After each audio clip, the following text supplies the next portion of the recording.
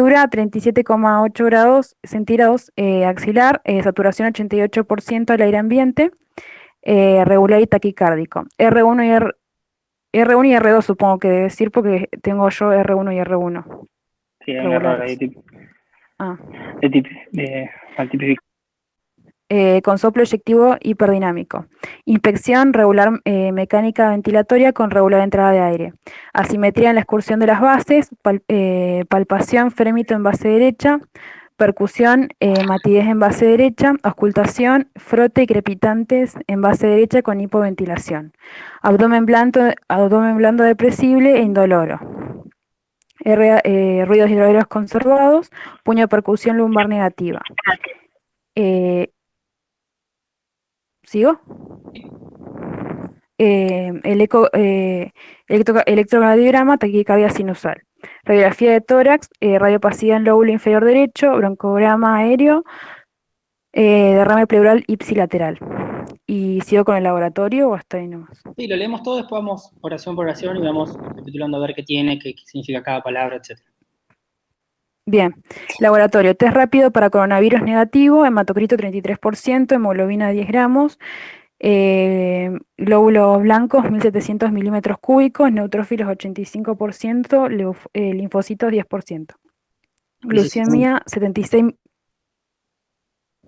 glucemia 76 miligramos por decilitro, uremia 180 miligramos por decilitro, creatinina 1,7, sodio 122, potasio 5,5, cloro 97, esputo representativo, diplococos gram positivos. Hasta ahí. Perfecto. Bien, todos leyeron el caso, todos lo escucharon. Ahora vamos oración por oración, vamos a entender qué quiere decir cada cosa. Bien. Alguien que empiece, si quiere, con el primer párrafo, que nos explique qué entendió, qué significa cada palabra, qué buscó en el glosario con respecto a eso, y si hay algo que no entiende, y lo dilucidamos entre todos. Desde el comienzo, profe, yo busqué las dos definición de tos húmeda y productiva. Te escuchamos. Primero, bueno, la tos húmeda es tos con secreciones que no se expulsan, y la tos productiva es tos con expectoración, la cual puede ser mucosa, purulenta, mucopurulenta, serosa o hemoptoica. Eso encontré. Muy bien. Las dos definiciones más grandes que van a tener es tos húmeda y tos seca, que van a dividir las aguas generalmente en el cuadro que ustedes estén viendo. Como bien lo definió, la tos húmeda es eso, y después se asocia una tos productiva, que dice que la paciente expulsa moco. ¿Bien? ¿Todos entendieron eso? Sí, profe. Después dice que en las últimas 24 horas tiene fiebre y dolor en puntada de costado derecha. ¿Alguien sabe qué es eso?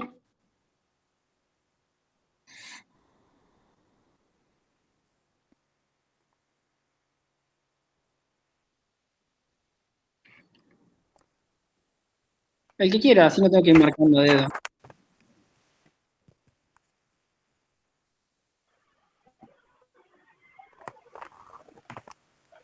Yo encontré, profe, que era un dolor en la zona derecha del tronco, que si era inferior está relacionado a lo que son problemas abdominales y si es más superior se relaciona a procesos torácicos.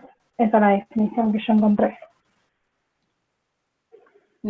Sí, no, el dolor en puntada de costado es muy característico de un dolor torácico de una etiología específica. ¿Alguien sabe por qué se genera? Para que entiendan por qué se genera y por qué tiene este dolor, les da la pauta de qué tienen que buscar. Derrame pleural. Bien, por la inflamación de las pleuras.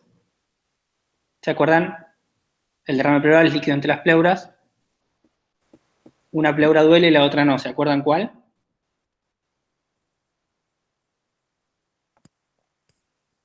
Esto léanlo porque es importante. La diferencia entre la pleura visceral y la pleura parietal, que una tiene la sensibilidad de la otra no, y genera este dolor en puntada de costado, que es muy característica del derrame. Es un dolor quemante, urente, depende de la zona que sea, ¿no? Del pulmón derecho o izquierdo, asociado a un derrame pleural. ¿Bien?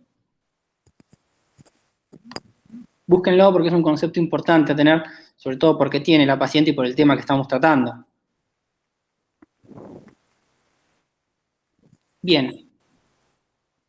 El siguiente párrafo, ¿quién quiere leer? ¿O quién quiere contarnos qué entiende sobre el siguiente párrafo? ¿O qué palabras entendieron? Yo busqué asténica, que significa, bueno, la disnea progresiva ya lo dijeron, ¿no? ¿Cómo? La disnea progresiva, lo habían dicho, no me acuerdo, no. Estuvimos hablando. Si querés dar otra definición asténica, encontré debilidad o fatiga general que dificulta o impide a una persona realizar tareas que en condiciones normales hace fácilmente. Bien. ¿Alguien más buscó otra cosa o alguien entendió otra cosa? No. Bueno, bastante callado. Voy a empezar a señalar. Sí, profe, yo tengo Profe, yo una- encontré como que es una sensación. No sé si está bien dicho así. Completá la oración, a ver, una sensación de qué. Es una sensación generalizada de cansancio que no desaparece con el descanso. Bien, también se puede ajustar un poco la otra definición. ¿Qué más? Puede ser también una disminución de la fuerza muscular o No. debilidad muscular. Me gusta más el concepto de Yamil. Ya la debilidad muscular, puede ser que sea la fatiga muscular, pero no debilidad, que son conceptos distintos y te marcan una idea distinta en el examen físico.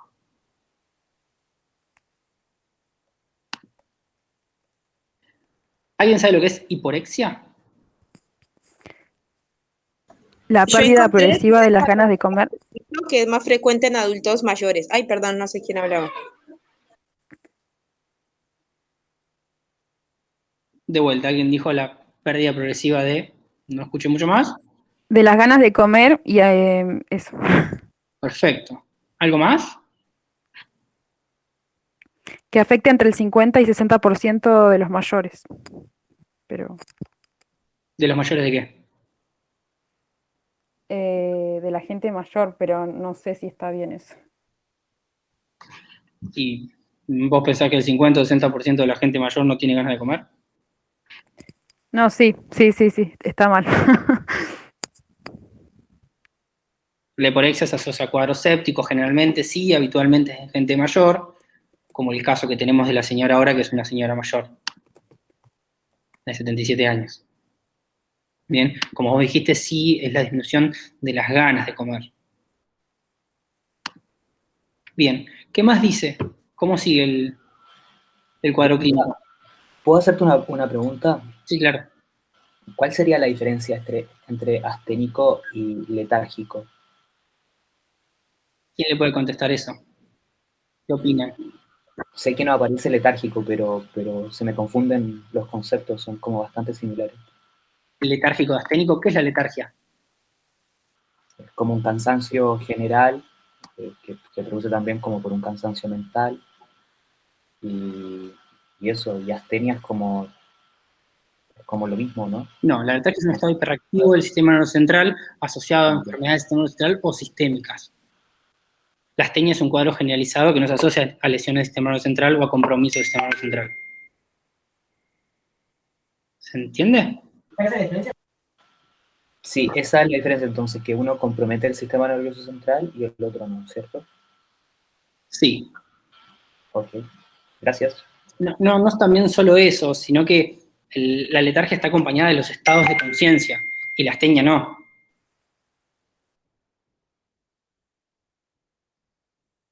¿Se entiende? Disculpa, ¿estados de qué? De conciencia. Ah, bien.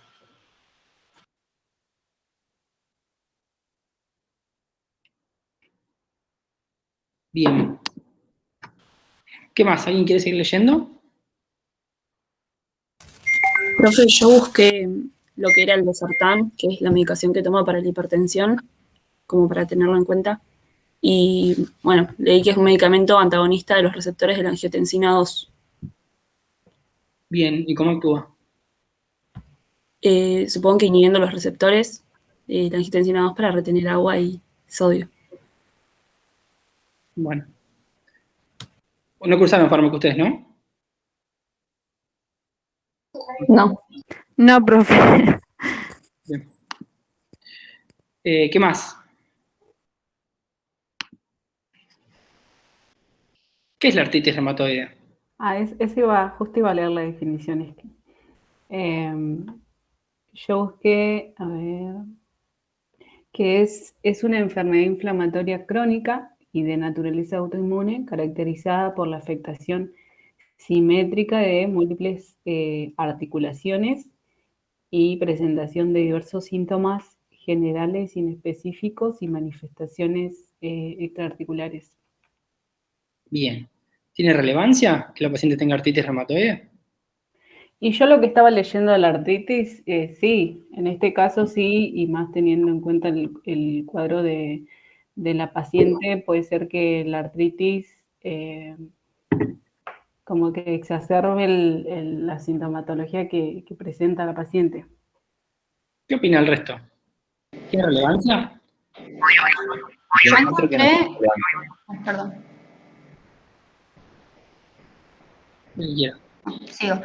No, que yo encontré que no solo afectaba, o sea, que es un trastorno autoinmunitario y que no solo afecta a las articulaciones, sino que también tiene mucho que ver con sistemas corporales, como por ejemplo los pulmones, el corazón y los vasos sanguíneos. Entonces quizás va más por el lado de que afecta a eso y no las articulaciones. No sé si estará bien. ¿Alguien más?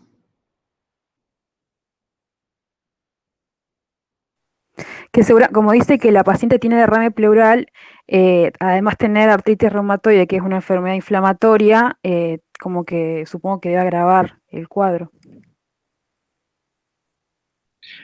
Algo muy importante ahí que dice que está sin tratamiento.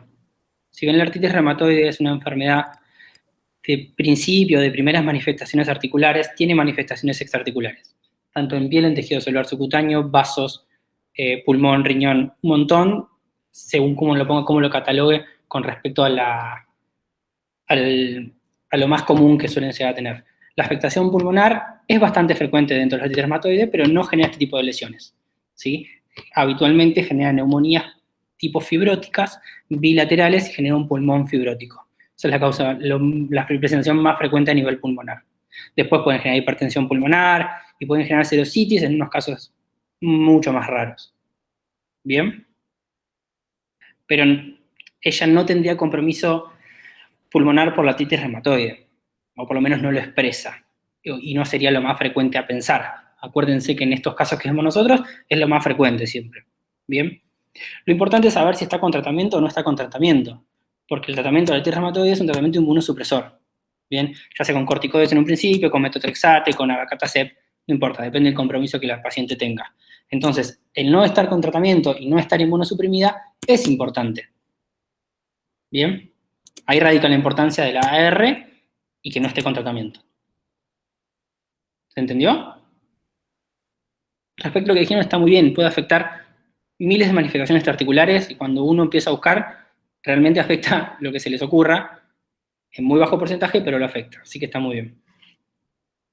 Bien, ¿alguien quiere continuar? El examen físico. Yo tenía una duda con el concepto de hipotensión ortostática. Sí. Encontré que era una caída de la presión arterial y hay lugares en los que dice que es por ponerse de pie rápido luego de estar sentado y hay otros lugares que dice que también es por estar mucho tiempo de pie. No sé si ese concepto estará bien o es solo por ponerse de pie rápido. Ahí tienen la hipotensión ortostática. ¿Cómo? Que, si alguien puede explicar, a ver qué otra cosa entendió de hipotensión ortostática y se acuerdan cuál es la fisiopatología de por qué sucede. Yo no tengo muy claro esto, pero me parece mucho que es por una baja de electrolitos en el líquido extracelular, ¿no? No. Y se produce cuando se coloca la gente de pie y se produce como este desbalance. Eso es cierto, sí. Se produce generalmente cuando la gente se pone de pie Es más, el examen para medir la hipotensión ortostática es tomarle la presión acostado junto con la frecuencia cardíaca y luego de 1 minuto parado y uno se espera 1 minuto más y después le vuelve a tomar la presión parado a ver si se estabiliza o no se estabiliza. Bien, la baja de presión, tanto diastólica como sistólica, o el aumento de la frecuencia cardíaca, menos que baje de 20, de 10, o que aumente la frecuencia cardíaca más de 40, uno lo cataloga como hipotensión ortostática. Ortostatismo, para hablarlo más fácil. ¿Alguien sabe por qué pasa esto? Puede ser que si una persona está deshidratada o... qué sé yo. La deshidratación es una de las causas, está bien, pero a ver si entienden la fisiopatología de por qué. Si no, búsquenlo y léanlo. Yo había leído que, si mal no recuerdo, podía ser por hipocalemia, creo que era, y como que, o no me acuerdo, o sea, me acuerdo que era como que el potasio estaba bajo y como que la despolarización del corazón se veía afectada, pero no sé si está bien, o sea, no sé, la verdad. No. Profe, el mecanismo así en general sería que cuando uno está acostado se redistribuye todo el flujo sanguíneo a lo largo de todo el cuerpo, entonces cuando uno se para y los mecanismos como distribuyen el flujo uniformemente no funcionan, el flujo queda como más en las extremidades inferiores y por eso no, como que está afectado el retorno venoso. Bien, y por ese lado me gusta un poco más. Después búsquenlo y léanlo, lo vimos el tema pasado y en el consenso de la SAC, no justo en ese que leyeron el tema pasado, pero en un consenso de ortostatismo, de síncope, está muy bien explicado la fisiopatología. Y son 5 reglones. Y es gratis en la SAC. Si lo quieren buscar y leer, la verdad que está muy bien explicado y está bueno porque lo tengan en cuenta, lo tengan presente siempre. ¿Bien? Profe, ¿puede ser que alguno de los síntomas sean mareo, visión borrosa, debilidad, desorientación? Sí, son parte de los síntomas del ortostatismo. Pero léanlo porque les va a quedar mucho más y es muy interesante. Y es una práctica que habitualmente no se hace y se debería hacer en todo examen físico de ingreso. Bien, no los retraso más con esto que es como auxiliar. ¿Qué más? ¿Qué más tiene el examen físico de la señora?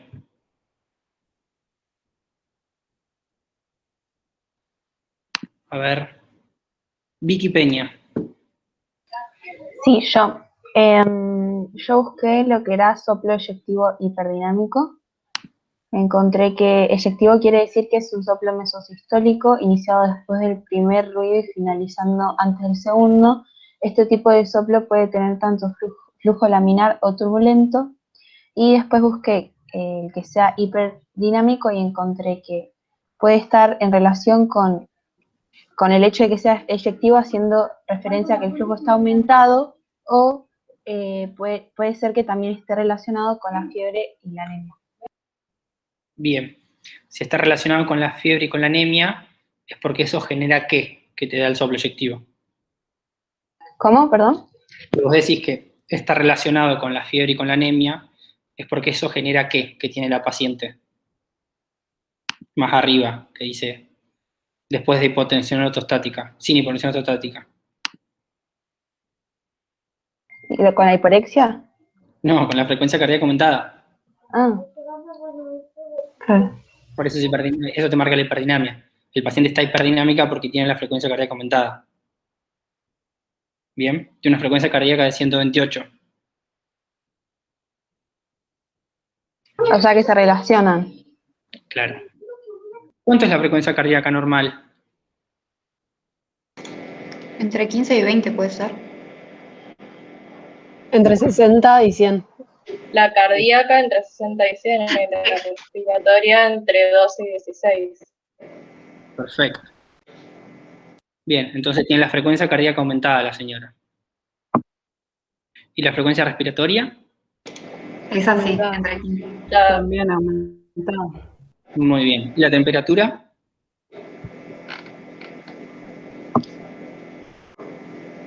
Y más o menos entre 36 y 37 grados centígrados, ¿no? Perfecto. Perfecto. ¿Y qué particularidad tiene que la temperatura sea axilar? ¿Cuánto es el límite de la temperatura axilar? para decir que tiene fiebre. ¿Cuánto es el límite de la temperatura rectal y cuánto es el límite de la temperatura bucal?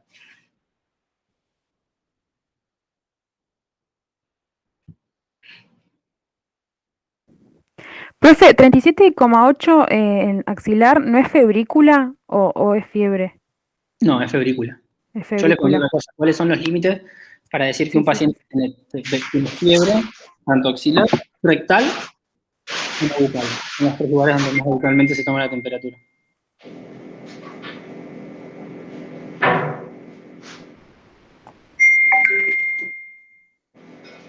Veamos. Encontré unos valores, A ver. no sé si estarán bien. En Boca hasta 37,3.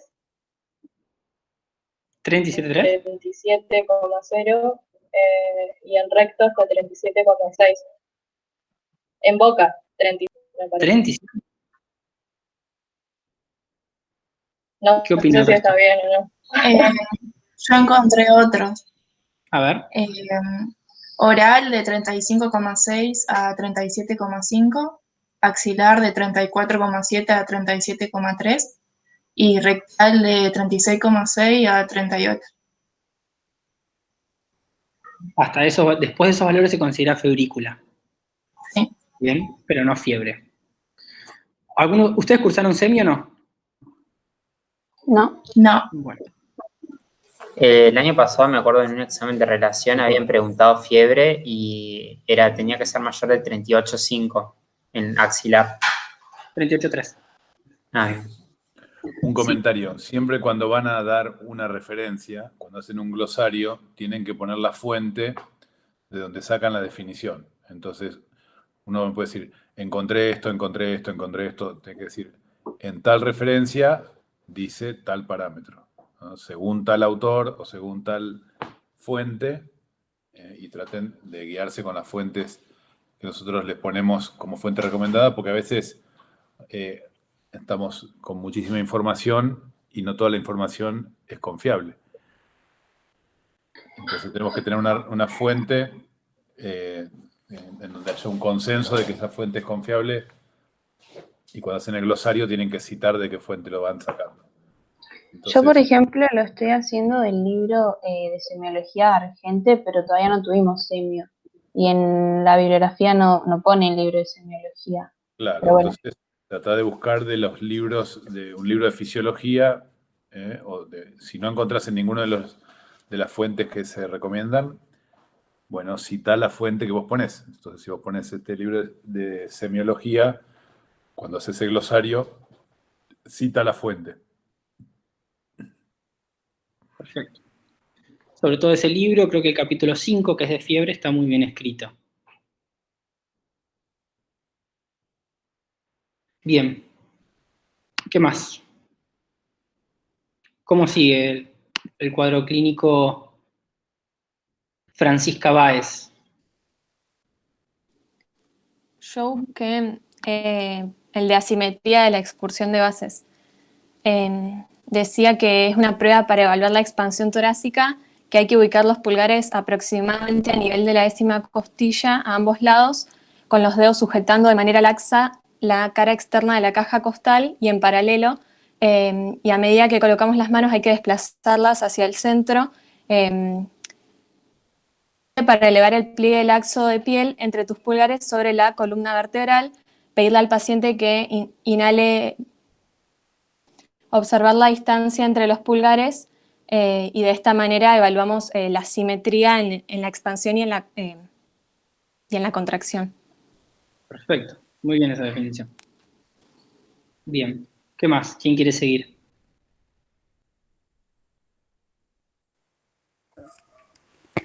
Yo encontré frémito en base derecha. ¿Lo decís vos? Como quieras, decilo. Yo encontré en el diccionario Mosby de medicina que férmito es la vibración de la pared torácica que se puede escultar o palpar durante la exploración física. Algunos tipos de frémito son frémito bronquial, frémito rudo, frémito táctil y frémito vocal. Y después, con respecto a frémito bronquial, Busqué que es vibración que se puede palpar o oír mediante la auscultación en la pared torácica sobre un bronquio congestionado por secreción. Muy bien. O sea, lo asocié a bronquial por el caso, pero había otros tipos. Está bien.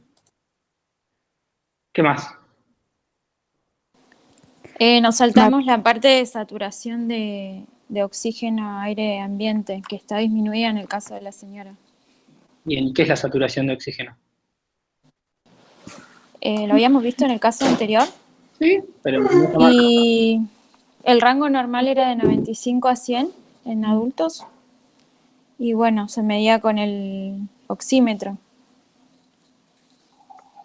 Bien, ¿y sabe cómo funciona el oxímetro?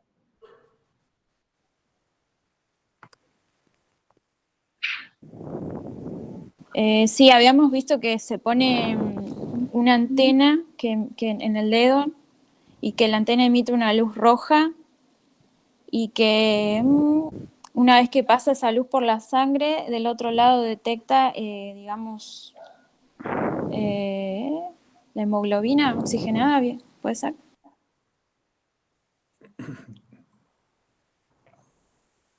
¿Alguien que se acuerde? Aris, ¿querés comentar?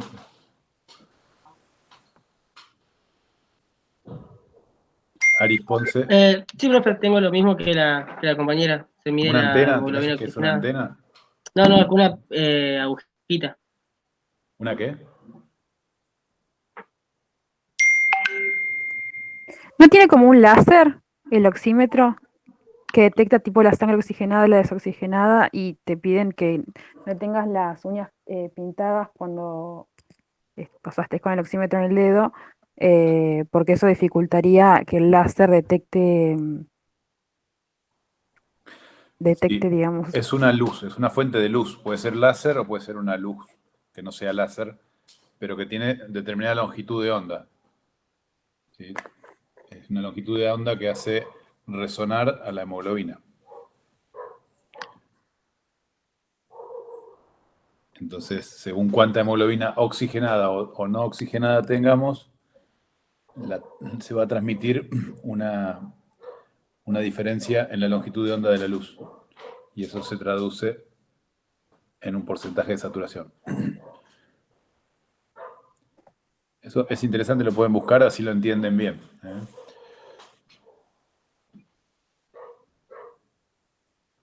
Bien. ¿Quién quiere seguir? Yo tengo una duda. Cuando dice R1 y R1 regulares, ¿eso está bien? ¿O hay un No, error de tipeo? Un error de tipeo, es R1 y R2. Yo busqué el concepto de matidez, que dice que es un ruido opaco generado al percutir órganos macizos, bueno, en este caso los pulmones, y que en caso de derrame pleural se denomina matidez hídrica. Encontré. Pero bien.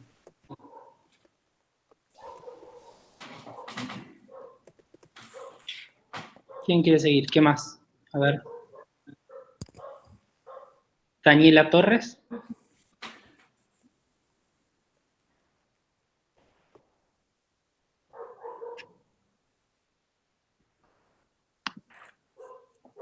¿No? No estaría presente. Bien. Guilhem Barrera.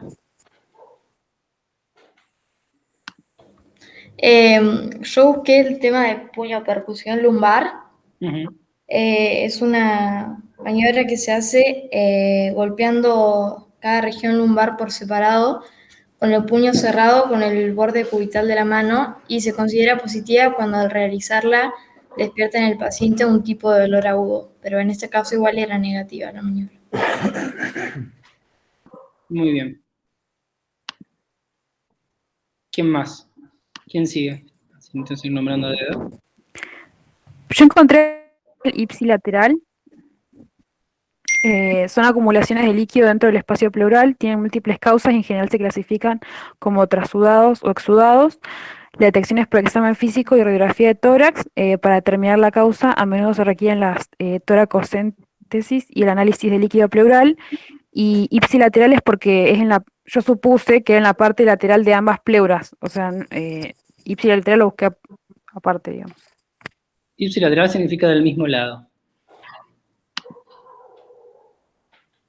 O sea que están las dos pleuras del mismo lado, ¿no? No, te está diciendo que tiene broncograma aéreo, que ahora me van a explicar qué es, y tiene derrame pleural del mismo lado, ipsilateral. Ah, ok. ¿Qué es el broncograma aéreo, Mariana Lilén Pérez? Profe, justo me estaba fijando, no busqué esa. Bueno, ¿alguien sabe qué es el broncograma aéreo? Sí, yo la busqué. Es un signo radiológico que indica la ocupación del espacio aerodistal y que consiste en la visualización de las estructuras bronquiales aireadas como líneas oscuras en el interior de una consolidación. Bien. ¿Y lo entendés? Sí, en el caso aparece una imagen ahí de una radiografía de tórax y la consolidación, digamos, sería lo que se ve en la base del pulmón derecho y ahí se ve como el bronquio, digamos, un poco más notorio que o sea, es como un contraste entre la consolidación y el bronquio, que está aireado. Bien. No sé si lo entendí bien. A ver, ¿quién entendió lo que dijo? ¿O lo quiere explicar de otra manera? Es importante que tengan el concepto de qué es un broncograma aéreo, cuándo lo ven y por qué, porque va a servir para el resto de su vida.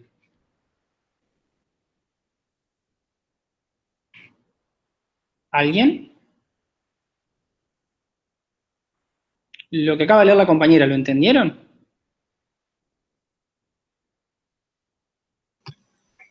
Sí, yo entendí, no sé si estará bien, con la misma definición que se ven estructuras bronquiales aireadas como líneas oscuras y en el interior tiene una consolidación pulmonar que sería líquido. Entonces sería como el líquido y afuera como las líneas de aire. No, ¿o cómo? ¿Se acuerdan cómo es el bronquio con respecto a los alveolos? ¿Cómo es la estructura? Bien. Como un árbol, ¿se acuerdan ese concepto? Más o menos para entenderlo más fácil. Entonces, la ocupación de los alveolos por determinada estructura, en este momento con una neumonía que tiene la paciente, hace que a nivel radiográfico lo que uno vea sea esta coloración que vemos. Pero el bronquiolo, no está ocupado. Entonces genera ese contraste opaco que se ven que se llama broncograma aéreo. Bien, que lo que se ven son como líneas negras dentro de la consolidación. ¿Lo entienden?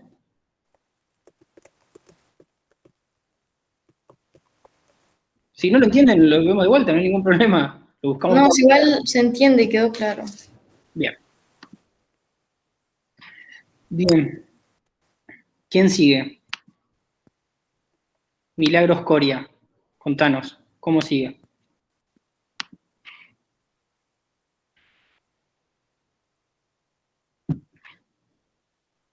¿Milagros? Bien. Yamil Luna. Después, más que nada lo que busqué fueron los valores normales de los resultados de laboratorio. Bien. Los orienté más también hacia la vejez, ya que, bueno, la mujer del caso tiene 77 años. Y lo que encontré fueron valores de hematocrito de 36 a 65% dentro de los valores normales. De hemoglobina tienen que ser de 12 miligramos de decilitros según la OMS. Después, bueno, los glóbulos blancos los tiene bastante elevados a 17.000 milímetros cúbicos. Eso, bueno, o bien indica infección. Los valores normales que encontré fueron de 3.000 a 9.000 milímetros cúbicos. Y después busqué la glucemia en la vejez y lo que encontré fueron valores menores a 126 miligramos sobre decilitro. Eso es todo lo que busqué. Y dentro de los glóbulos blancos, que después de 17.000 dice N85L10, ¿sabes qué quiere decir? Neutrófilos es indicador de infección aguda. Y bueno, después los linfocitos, o los leucocitos en realidad. Bien. ¿Te acordás cuál es el valor normal de la fórmula? No me acuerdo. ¿Puede ser que los neutrófilos sean entre 40 y 75 y los linfocitos entre 20 y 45? Bien, entonces los neutrófilos, ¿cómo están? Elevados. Altos. Altos. Bien. Y los Perfecto. linfocitos estarían bajos. Sí y no. Hay que ver cuánto es sacar el valor absoluto. De 17.000, el 10% son 1.700. ¿Cuánto es el valor absoluto de linfocitos?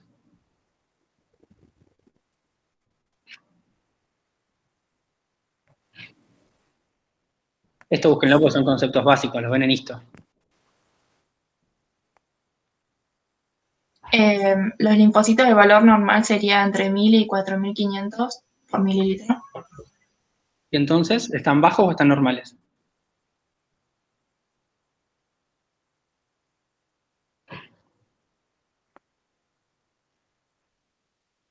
¿Estarían bajos, profe? ¿Por qué? Acuérdense, Estarían normales. ustedes tienen una fórmula relativa y una fórmula absoluta. Tienen Estarían 1700, está normales, bien. porque si es el 10% serían 1700 y entre 1000 y 4500. Perfecto, esa es la diferencia entre la fórmula relativa y la fórmula absoluta. Búsquenlo porque esto lo tienen que haber visto antes. ¿Bien? ¿Qué más tiene en el laboratorio la señora?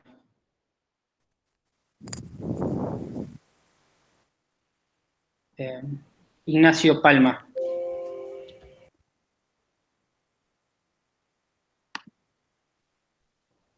¿Ignacio? Bueno, vamos a empezar a hacer así. Perdón. Los que no contesten y tengan la cámara apagado, los saco de la clase. Muy corta, porque no tiene sentido si no. Perdón, tengo una consulta con respecto a los valores que da, por ejemplo, de sodio, de potasio. ¿No tiene al lado en qué unidad está? Suponemos que es milismol por litro. Sí. ¿Los voy diciendo? Dale. Bueno, de sodio encontré que está bajo porque tiene que tener entre 135 y 145, 142 milismol por litro o entre 135 y 145 mil equivalentes por litro. También de potasio. Igual esto de mil equivalentes, que es lo más habitual. En potasio tiene 5,5 y es tiene una hiperpotasemia ya que es de 3,5 a 5 mil equivalentes por litro. Y en cloro tiene 97 y es de 102 a 109 mil equivalentes por litro. Eso es lo que encontré yo. No sé si alguien encontró algo diferente. Bien. ¿Y la función renal? Así, terminando de valor del laboratorio.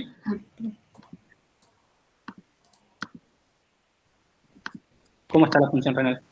Yo busqué los valores de urea y creatinina y que bueno, que la urea un valor normal es por debajo de 40 miligramos por decilitros y la paciente tiene 180.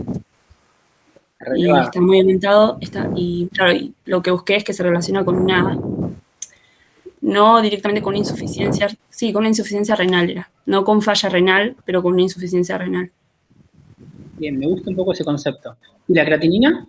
Y la creatinina, los valores normales son de 0,59 a 1,04 miligramos por decilitro, encontré, y que tiene 1,70 y que bueno, que tiene como la misma relación. Bien. ¿Alguien sabe cómo es la relación entre la urea y la creatinina?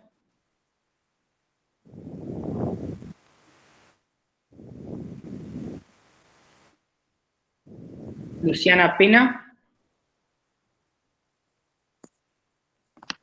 No lo sé, profe. Bien.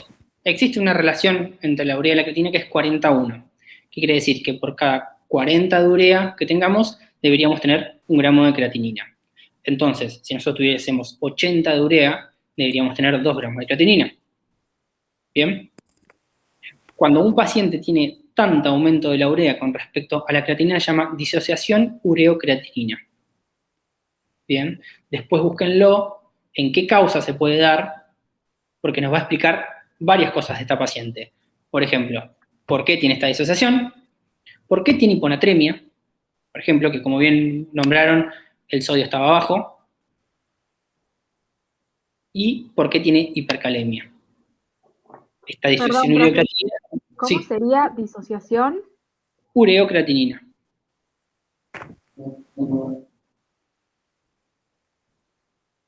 Buscar en qué momento se da. Cuál es la relación normal y eso les va a orientar un montón de cosas. ¿Bien?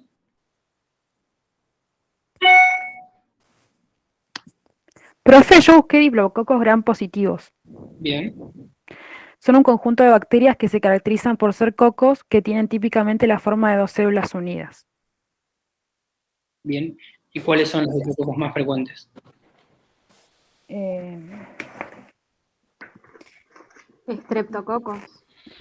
Muy bien. Bien.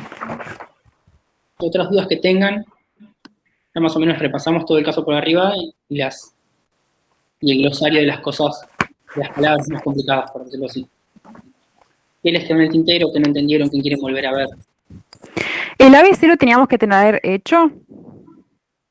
No, para hoy no. La idea de hoy es generar el glosario, que entiendan bien el cuadro clínico y para la próxima clase sí tenerlo.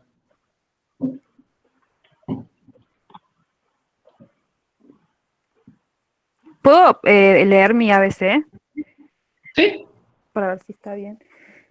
Bueno, yo puse en A, mujer tabaquista y presenta artritis reumatoide sin tratamiento. En B puse infección respiratoria por neumonía bacteriana.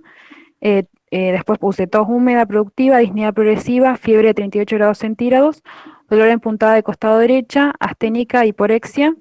Y en C puse soplo eyectivo hipodinámico. Regular, dice mecánica ventilatoria, crepitantes en base derecha con hipoventilación, matidez en base derecha, taquicardia sinusal, derrame pleural ipsilateral, esputo representativo, pero no sé si iban solamente los procesos, no iban los signos y síntomas, ¿no? No me acuerdo. En C. Sí, y además te hago una consulta. La artritis reumatoidea sin tratamiento, ¿por qué la pusiste? ¿En dónde? ¿En A? Sí. Yo tenía dudas de eso. Como un antecedente lo puse, pero no, después no sabía si estaba bien. A veces está bien por los antecedentes si tienen relevancia con la patología. ¿Tiene relevancia? Claro, no.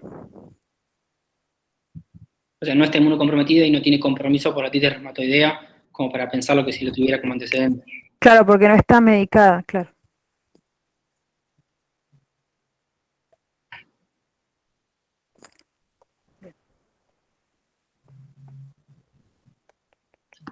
¿Qué más?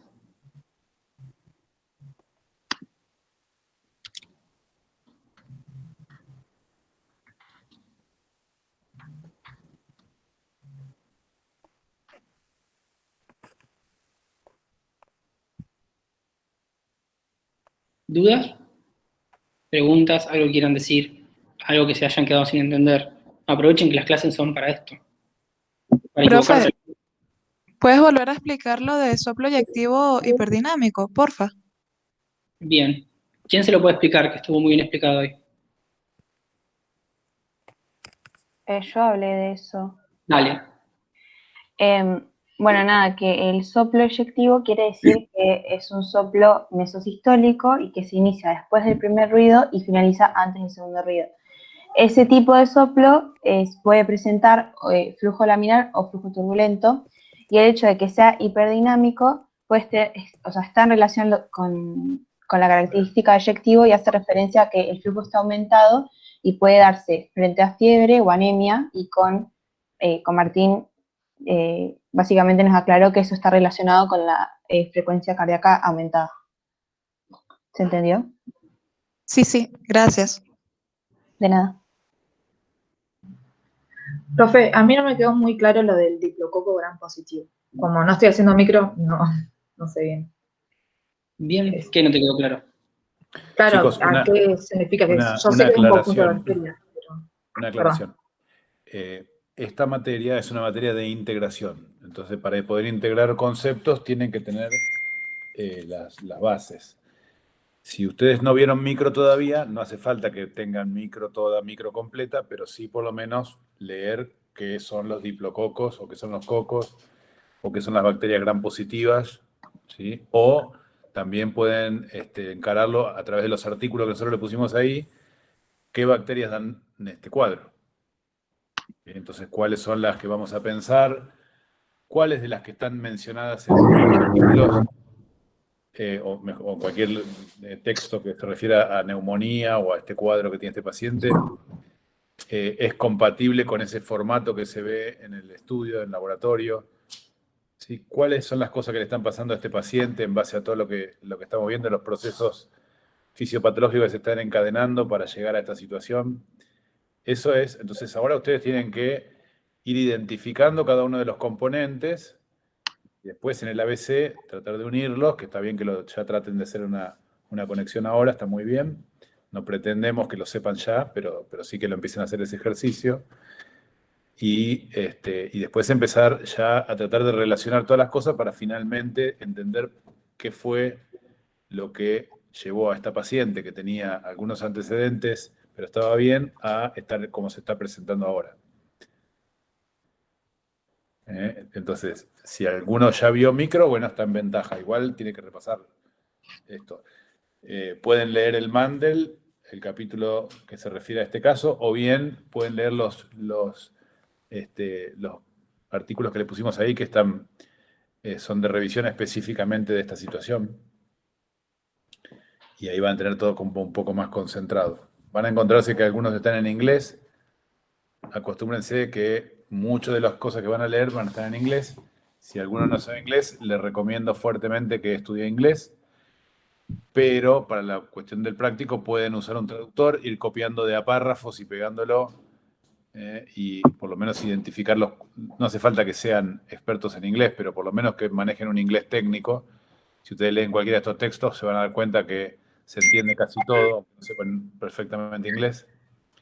Y si algo no lo entienden en el contexto, lo ponen en un traductor, lo copian y lo pegan en un traductor Google, cualquier traductor, y van a entender lo que está expresado en cada párrafo. Por ahí, si quieren traducir todo el texto completo, es más complicado, pero no sé, capaz que haya algún traductor, alguna aplicación. Pero alguna compañera me preguntaba cómo hacer para leer los textos en inglés. Los copian el párrafo y pegan solamente ese párrafo, y lo van leyendo párrafo por párrafo. Igual el profe por Twitter pasó una página que se puede traducir. No es de lo mejor, pero bueno, la pasó. Bueno, fíjense si a ustedes les sirve eso, y si no, pero de alguna manera, digamos, les va a resultar muy útil esa bibliografía que tienen ahí, porque está pensada específicamente para estos casos.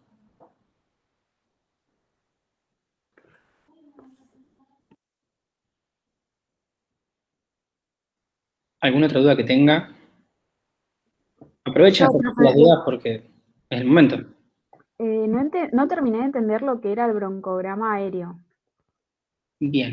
¿Alguien lo entendió y se lo puede explicar? ¿O quién se anima a explicarlo? Como salga, como lo entiendan. Yo entendí como que es un signo radiológico que vos ves, o sea, en una RX, donde ves consolidación pulmonar, que es cuando ves al pulmón como blanquito porque hay edema, y en el medio de esa consolidación ves a los bronquios que se ven negros porque tienen aire justamente. Y es como que contrastan porque los alvéolos están llenos de líquido y se ven blancos como signo de edema. No sé si se entendió. Sí, lo entendí. Gracias. Perfecto, muy bien explicado. Si ustedes ven en la foto del caso, estoy compartiendo la pantalla, ¿la pueden ver? Sí. Fíjense que acá tienen la tráquea, ¿no? Esto sería el bronquio fuente del lado izquierdo. Esto que está acá es el corazón. estas siluetas negras acá son los pulmones con las costillas, ¿sí? Que son radiopacas, por eso se ven blanquitas. Y acá la base pulmonar del lado derecho está opacificada, ¿sí? Se ve que está blanca, o sea, los rayos no la atraviesan bien. Pero en algunos sectores se ven justamente los bronquios, que como explicó la compañera, contrastan con el pulmón que está blanco. ¿Por qué está blanco? Porque tiene los alvéolos llenos de un líquido, ¿sí? Pero los bronquios no se llenan, por eso se ven esos moldes de los bronquios, esos espacios aéreos que se ven como más oscuros. Eso se llama broncograma aéreo. Sí, profe, ahí me quedó claro. Gracias. ¿Alguna otra duda que tengan?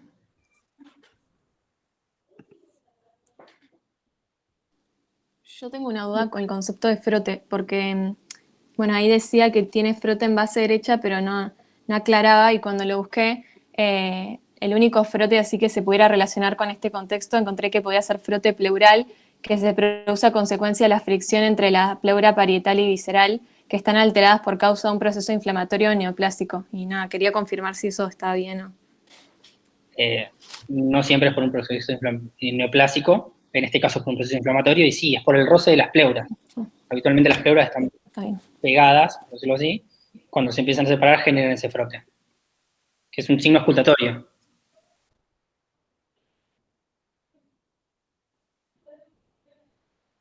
Yo tenía una duda en cuanto a la presión arterial, que dice que tiene, no recuerdo bien, 90/60, perdón, y nada, supuse, digamos, a los valores que está, digamos, está baja la presión, y no leí mucho, pero no sabía si era a causa de su tratamiento, de que podía ser, o podría también estar relacionado con el hecho de que hay ciertos problemas renales, entonces no sabía cómo relacionarlo. O sea, me había surgido la duda y no... Bien. Bueno, ahí tenés que generar hipótesis y tratar de explicarlo vos. Entonces está muy bien lo que estás pensando, decir, puede ser por esto, puede ser por lo otro, puede ser... Bueno, entonces ahí ya tenés varias hipótesis. Bien. Después vas a tratar de armar ese rompecabezas y justificar por qué. Perfecto. A lo mejor son múltiples posibilidades, o a lo mejor es una sola que es clarísima, o a lo mejor ninguna que esté clara. Pero no importa, lo que importa es hacer ese mecanismo de pensamiento. Buenísimo.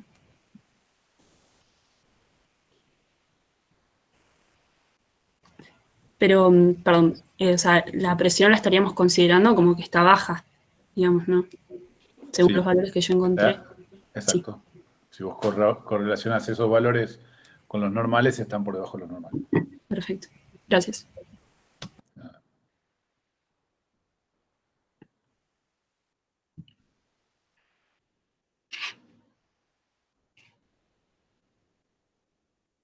¿Alguien más?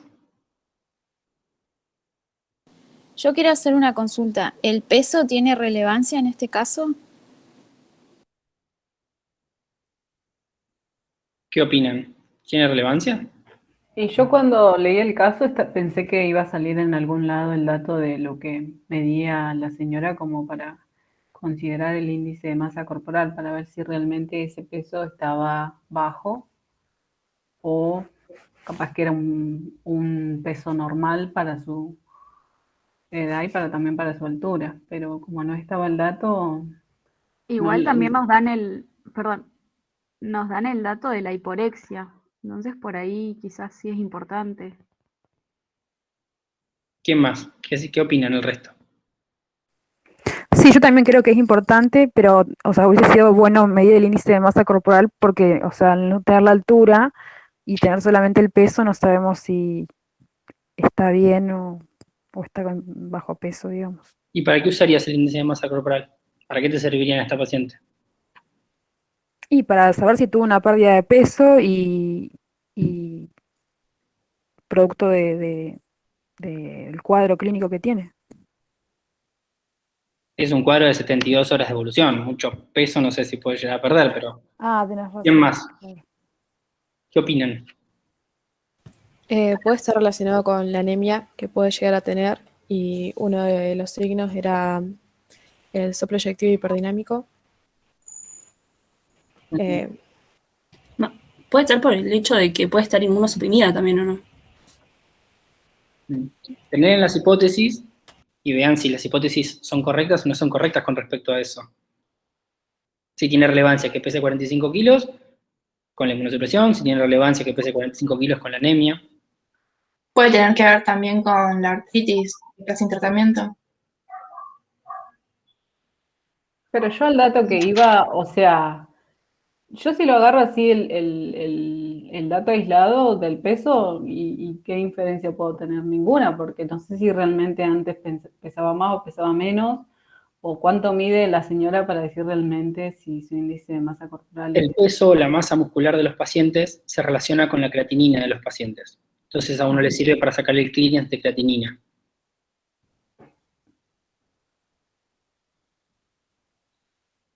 Bien. Por eso puede tener relevancia con esta paciente.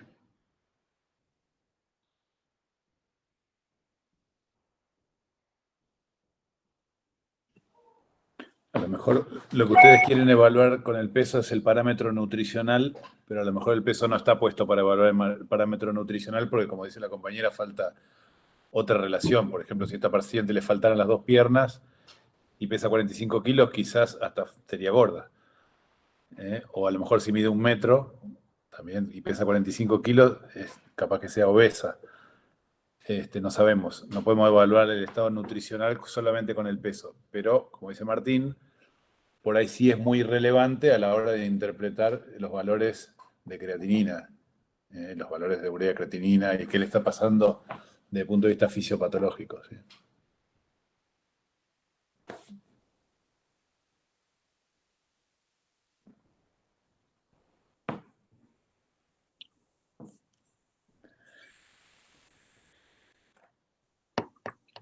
¿Alguna otra duda?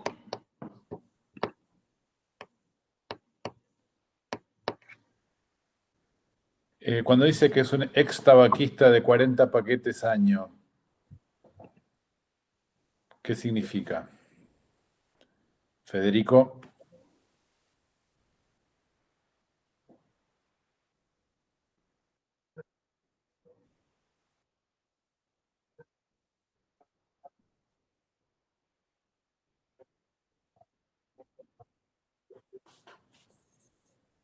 Aldana.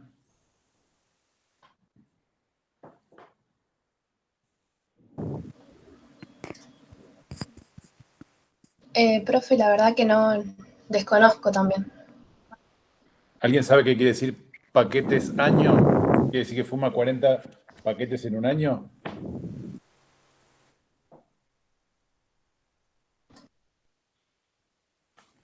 No va a tener que ver con la función pulmonar con la que va a llegar la paciente a la hora de tener la infección. O sea, no es lo mismo que... A ver, ¿alguien fuma acá? ¿Alguien conoce a alguien que fume? Profe, ¿puede ser que esté asociado con el riesgo de POC? ¿Por qué? Pero quiero saber cuánto es 40 paquetes año. ¿Es mucho, es poco? ¿Cuánto fuma un fumador? ¿Cuánto Yo le dura un supongo paquete de cigarrillo? que no es mucho. Bueno, Tipo, si no no sé, dice, tengo amigos que fuman 1 o 2 paquetes, no sé, cada 2 días o algo así. Ahí busqué y creo que sí es bastante porque es como una multiplicación en donde haces el número de paquetes de cigarrillo por el número de años que estaba fumando. Entonces si da 40 es porque estuvo bastantes años fumando y... claro, un paquete de cigarrillo trae 20 cigarrillos. Y un fumador tipo fuma un paquete por día, por ejemplo. Eso es un fumador que fuma, se considera que una persona fuma mucho si fuma un paquete por día, pero a lo mejor fuma un paquete por día desde hace una semana y eso no alcanza a hacer un daño pulmonar. ¿Sí? Si fuma 40 paquetes de cigarrillo en un año es re poco, pero cuando uno dice paquetes / año se refiere a una medida que es la que decía la compañera. Se refiere a que ha fumado un atado de cigarrillos, o sea, 20 cigarrillos por día durante un año, ¿sí? todos los días del año durante 40 años, o bien 2 paquetes de cigarrillo por día durante 20 años. ¿Sí? Entonces, 40 paquetes año es mucho. Y es un factor de riesgo para la neumonía. la neumonía puede ser. Candela, ¿para qué otra cosa?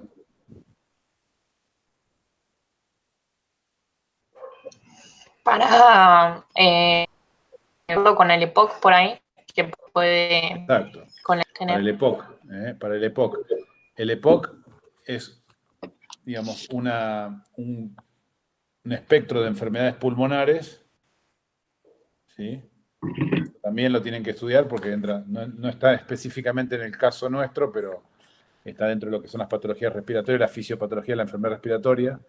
Son temas que hoy, por ejemplo, una compañera que no aprobó el examen final, justamente le fue mal en el tema de EPOC. EPOC es un conjunto de enfermedades que comprenden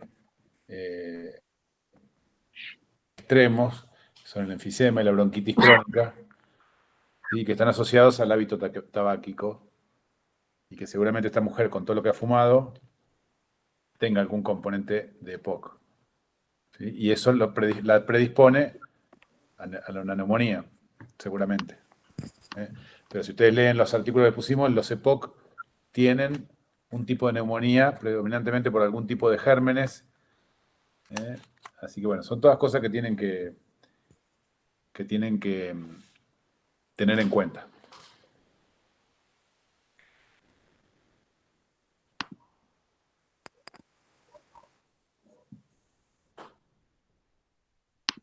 Prácticamente todos los datos que nosotros hemos estado resaltando con Martín de este caso clínico, hay que ir teniéndolos en cuenta para interpretar bien a esta paciente todas las cosas que le van pasando, ¿sí? Colocarlas en la línea de tiempo, colocarlas en el ABC y poder ir generando las hipótesis.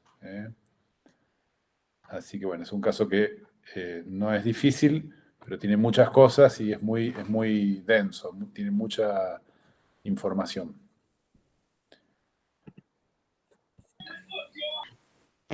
Profe, en el ABC entraba, no me confundo el ABC con la historia, con la línea de tiempo.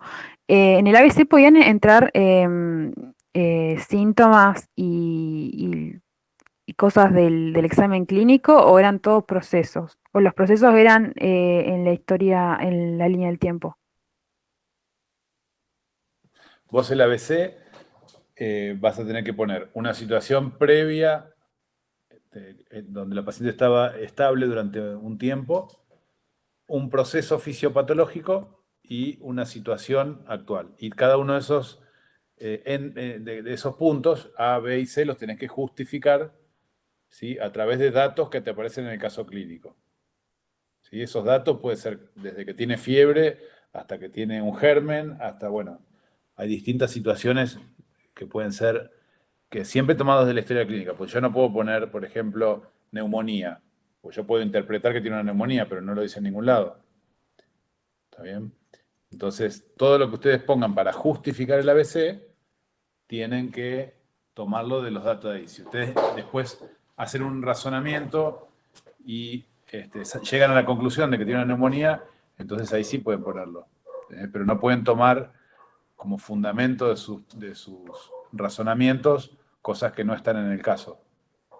Salvo que hayan hecho un constructo previamente, una hipótesis previamente, en donde demuestren un conocimiento, después eso sí lo pueden utilizar para una hipótesis posterior.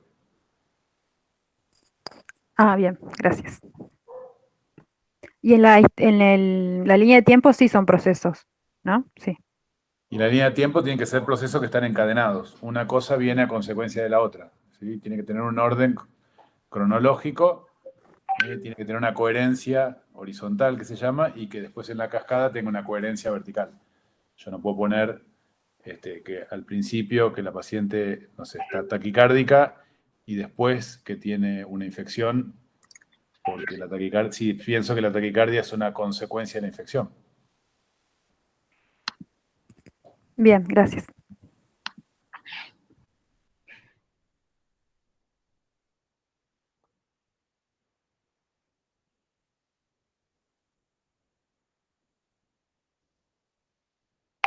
Bueno, si nadie tiene más dudas. Profe, cuando estábamos hablando de la bibliografía, ¿puede ser que escuché que usted dijo, ¿puede leerlo del Mandel? Algo así. No se escucha, profe.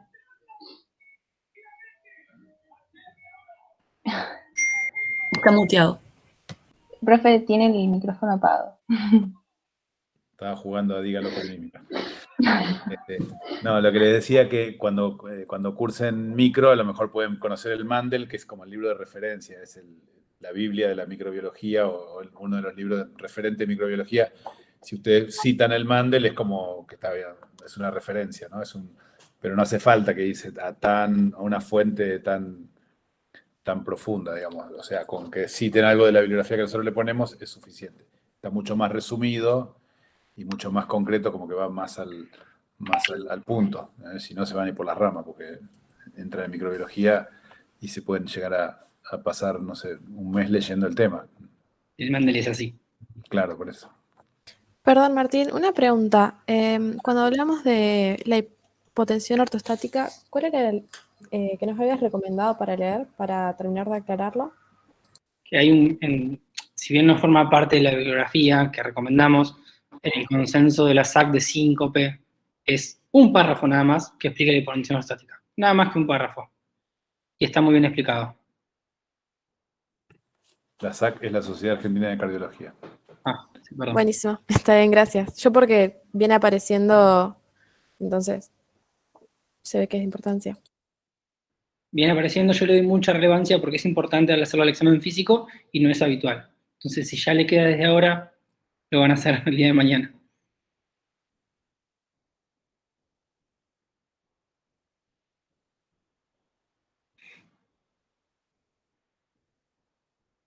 ¿Alguna duda más? ¿O cerramos acá?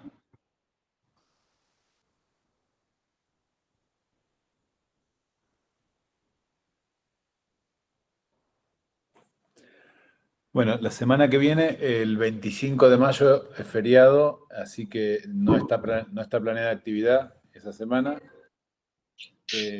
Lo que pueden aprovechar para trabajar en esto, bueno, la otra semana sí ya nos juntamos con la fase 2.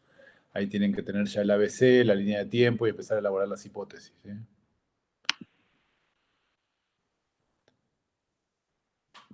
Ok. Bueno, nos vemos entonces la semana que viene, no, la siguiente. Bueno. Gracias.